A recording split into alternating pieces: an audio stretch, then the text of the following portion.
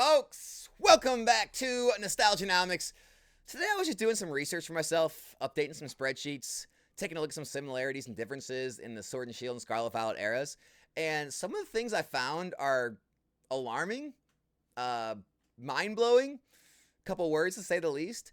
I thought I would just make this video to share some of this stuff with you because, as you guys know, this is why I love data and numbers. Is they're unemotional, they're unopinionated. It's not what I think or someone else thinks.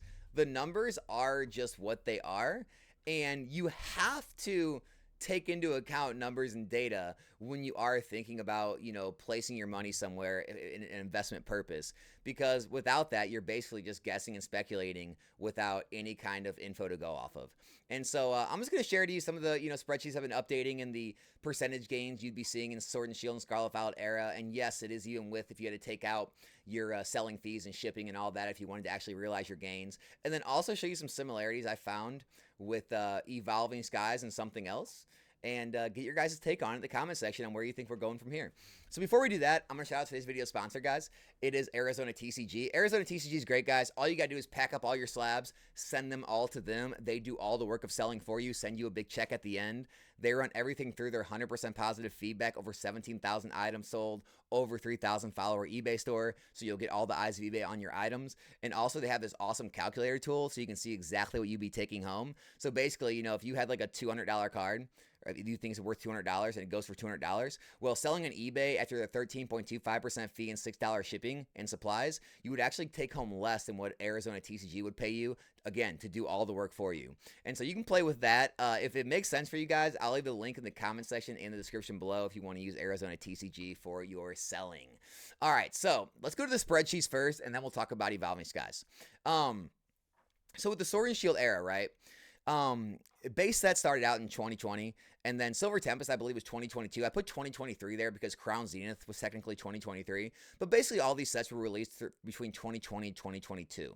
And so during that time, you could argue that some of these sets you couldn't have found at $100. Some of them you could have found under $100. I think $100 is a pretty good average of what you could have found things for back in Sword and Shield era, especially if you bought from sites like Safari Zone or eBay from the lowest list sellers, like usually Football Pete and those guys. But on average, you could have got boxes for around $100. If you don't agree with those numbers, I'm not really strict on them. If you want to change every box to 110 or 120, that's fine. The numbers won't be that far off. But basically, with the current market value of all these, these are all last sold listings, you'd be up about $5,055 from a $1,200 investment 5 years ago, which is a 421% gain. And now all the sticklers out there are always worried about shipping and fees. So basically fees are about 13.5%. You got shipping of $8 a box. You'd be roughly about $940 in fees. So you'd still be up $4,114 or 343%. And so I get asked a lot, Alex, why are you so confident in Pokemon investing, all this stuff? This is why.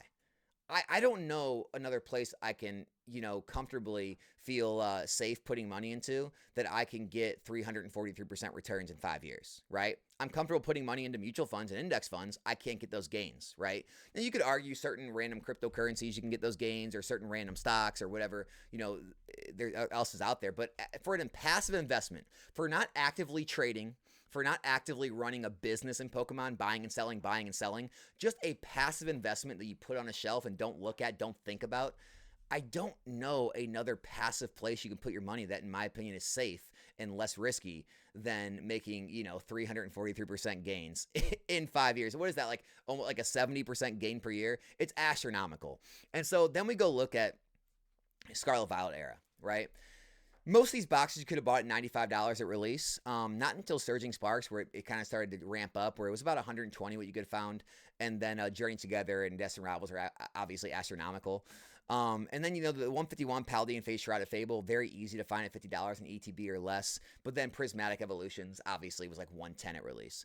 And so with putting in Destined, Journey, and Prismatic, again, they're brand new sets. They've had no time to age. For anyone that understands Pokemon investing, usually the majority of the gains start happening with boxes after they reach their 2 to 3 year mark. They go out of rotation. That's when prices really start to ramp up and supply really starts to get a lot more scarce. And so obviously you're not doing good on these boxes because they're brand new. But I wanted to throw them in there so I'm being fair and not cherry picking, as people say. Even with putting those boxes in there, you're still up from $1,530 investment. You're up $1,442, which is a 94% gain. Even after shipping and fees, you're looking at a 61% gain, almost $1,000 after just 2 years. while all these sets are still in print. That's crazy, guys. 30% gains a year with in-print sets. I don't know how anyone can be upset or like not believe in this stuff when you know all the gains are coming in the next couple of years. Honestly, in the next 2 to 3 years, expect this number to go up exponentially. Honestly, I think it could actually outperform the Sword and Shield era numbers. But we'll see what happens. So that's kind of what the gains are looking like, the spreadsheets are looking like. I just want to give you guys an update with those. I updated them for myself. I figured I would just share it with everybody out there. But here's the real information I really wanted to get out in this video, which is very scary, right? Evolving Skies. All right, hear me out on this. I'm not trying to push anything in any which way. These are just the numbers. It pays to look at them. Fair? Evolving Skies was released August 27th, 2021. 2 years later, August 27th, or August of 2023, the boxes were $422. The Umbreon VMAX in a PSA 10 in August 2023 was a $927 PSA 10 card. Ready? Paldea Evolve was released June 9th of 2023. There's one listing, someone just listed at $330. This one, like 6 sale seller. Everyone else is at $350. And as you can see, the boxes are selling at $350. Okay? It's a $350 booster box. 2 years later. 2 years later. Evolving Skies was at $420, right? Paldea's $350. It's a $70 difference. Here's the kicker. The Magikarp is over a $2,000 PSA 10 when the Moonbreon was only $920s. Guys, even if you want to say, well, Alex, that's been ran up, buyout, all this stuff. Even before the run-up, it was a $1,200, $1,300 PSA 10. Stable. And likely, this is going to stabilize, in my opinion, probably somewhere in the $1,700 to $2,000 range when all this is said and done after this run-up. Take that into account, guys. Paldea is all but keeping up within a step or two of what the Evolving Skies booster boxes were at the same age. And the top hit in the set is actually more valuable than the Moonbreon was at the same age. I don't care if you like Paldea Evolved. I don't care if you believe in it as an investment or if you think it's a strong set or any other opinion you have. The data is the data. The data is the data. And as I just said, the majority of the large moves come after sets go out of print, out of rotation.